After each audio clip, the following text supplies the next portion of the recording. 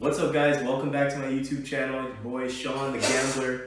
We're back for episode 10 this week of Chasing Edge, and I have some good news for you guys. This week we took 3 trades, had 2 winners, 1 loser, completely crushed it. 6R this week, or last week or whatever. And we not only got above the break-even mark, but we are at new all-time highs since starting this whole season. So we're now well into profit, and things are looking up. The curve looks sweet.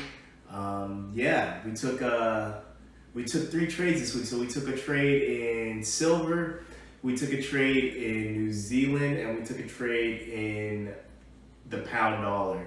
We almost messed up one of the trades, but luckily I quickly corrected the mistake because of the things that we talked about last week. I almost made the same mistake again, and I'll show you guys in a minute, but quickly corrected it, held on, and it turned to be profitable, so that was a good thing. And we're just starting to see improvements all around. I told you guys to be patient. I told you guys to wait. I told you guys I believe things were going to turn around, and it looks like things are starting to turn around. I don't want to get too cocky yet or anything like that, but it's definitely a good week last week, so that's always exciting. I don't really have much I wanted to talk about this week as far as a topic. I just really wanted to kind of celebrate and share with you guys the good news, and hopefully celebrate with you guys. Anybody that's been following along this little journey. We had a good week last week, and so let me show you guys the trades. Nothing too crazy, but let me show you guys the breakdown. Okay, so the first trade I made this week was in the silver.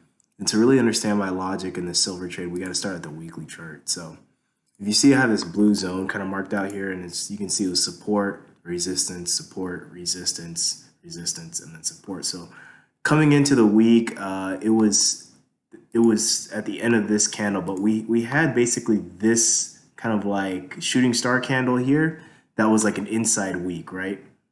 You can see it was inside of this week.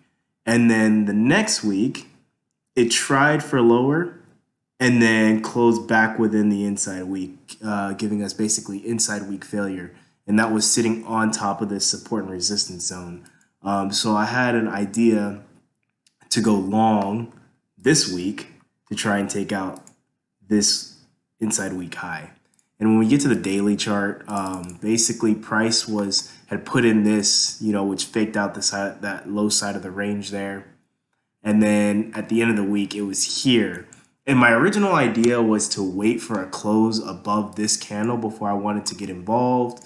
But I thought that the bias might have been strong enough to just go ahead and once it gets above this high, use that high as a way to get in to go to the other side of the range.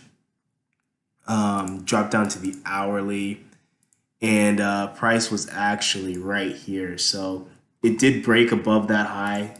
So it broke above the high, rounded back. I got in long here, looking for the move up.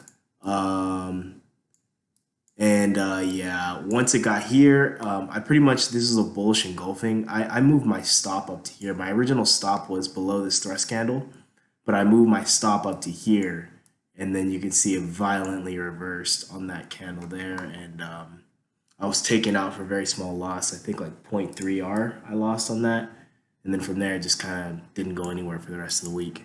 My next trade is the trade I almost messed up, which was on New Zealand dollar. So on New Zealand, we had basically on Monday, at the end of the day Monday, we had this candle develop, which basically it was off our old daily level. It broke below this low and closed way above, obviously giving us that like false break SFP pattern that Tom talks about, but it's also a bullish engulfing. So I thought that the next place that was likely to get taken was going to be this swing high here. So I had an idea to get long on a pullback down to like this last kind of area here with this last previous day's high. And when we go down to the hourly chart, that last high, it was around here when the day ended, and that last high I kind of lined up with these naked highs here. I originally had a stop below this thrust candle, but I thought it was too tight, so I went below this next thrust candle down here. And what ended up happening was it spiked down through like that, kind of coming close to my stop. What happened was when this was spiking down, this was, you have to imagine, this at one point was a full blown red candle that just blew right through my entry point way up here, right? So originally, when that happened, I was like, "Oh shit, this isn't gonna work." Clearly, I'm just gonna get run over real quick. But I had a good feeling it was gonna pull back, and so I was like, "Well, you know what?" And mind you, the candle hadn't closed at all. So you can see now that the candle's closed, it pulled all the way back. But at the time, I was just thinking like it was down here, and this is where I made the mistake because number one, I'm not supposed to mess with it if it's not in my plan for managing, and just randomly getting out is when things look scary is literally what I've been doing. That messed me up last week twice. But what ended up happening was I was like, oh man, and I wasn't thinking clearly, and I said, okay, once this comes back to here, if it comes back pulls back to that break even mark, I'll just kind of get out or scratch the trade or whatever.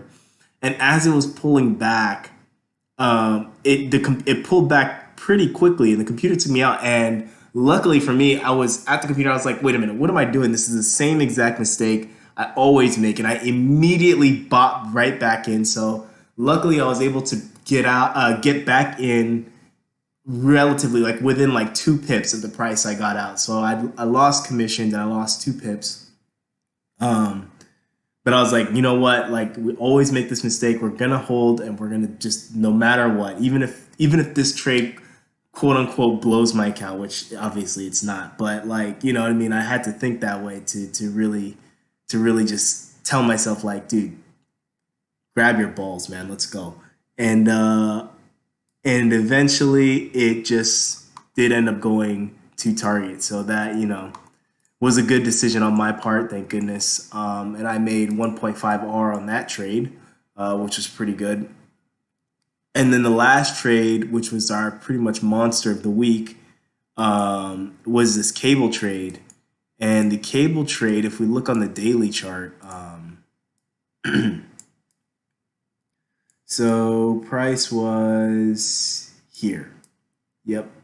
Okay, so price broke down through this support level, rounded back to the last low pre-break right here, and then put in that engulfing candle on the daily there. You can see it, that engulfing candle. So I had a bias to basically go short and take out this low. Um, but I wanted to see, what areas, usually with the engulfing candles, we look for pullback entries. When you get to the hourly chart, the last low pre-break price was sitting here on the engulfing, and I just saw this is the daily kind of like inflection point that I had marked out, and I saw there was this level naked right here near the daily level. So I was like, okay, I just placed my order to sell there, stop above here, and targeting that low. And we do get that kind of that like pit perfect fill, as you can see, literally like no drawdown on that entry. And then price is going, it's going, and then I see this engulfing candle here. So once I saw that, I moved my stop down to above that engulfing candle, and I just added on. I basically just added a second position, added back. So this was now basically I moved my stop just in profit, like $30, and I added back the risk. So I basically added a complete second position and tried to write them both down to here. And you can see it chopped around for a bit and then went to target. And I ended up making a 5R on that trade. So, yeah, so 5R on this trade, 1.5R on the New Zealand, and a point 0.3 loss on the silver. So a total of 6R after the commissions and all that sort of stuff. So very good week, very, very, very good week. As you can see, we're still keeping our losses small, and hopefully we can start to maximize our gains like this. Let me show you guys the equity curve so you can see exactly where we're at now. All right, so this is now where we're at on our equity curve. You can see we're at new all-time highs, even from when we first started and had our little lucky run.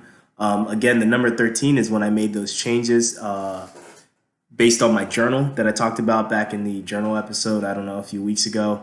But you could see the trajectory is significantly changed. We've had a pretty much a 180 turnaround, and now we've kind of broken out of that break even stretch there, and we're in profit. So hopefully we can keep this up the next couple of weeks. So like I said, it's been good. It's been a good week. Let's see if we can continue that going on to this next week coming up here. I'm really excited to see if we can really start to develop some consistency. Strike rate since making the changes has remained right around 50%, just a little bit over, I believe. So, things are significantly better than when I first started this with you guys here. So yeah, thanks for watching. Like, comment, subscribe. I try to respond to everybody whenever I get the chance or whenever I see the comment. And I'll see you guys next week.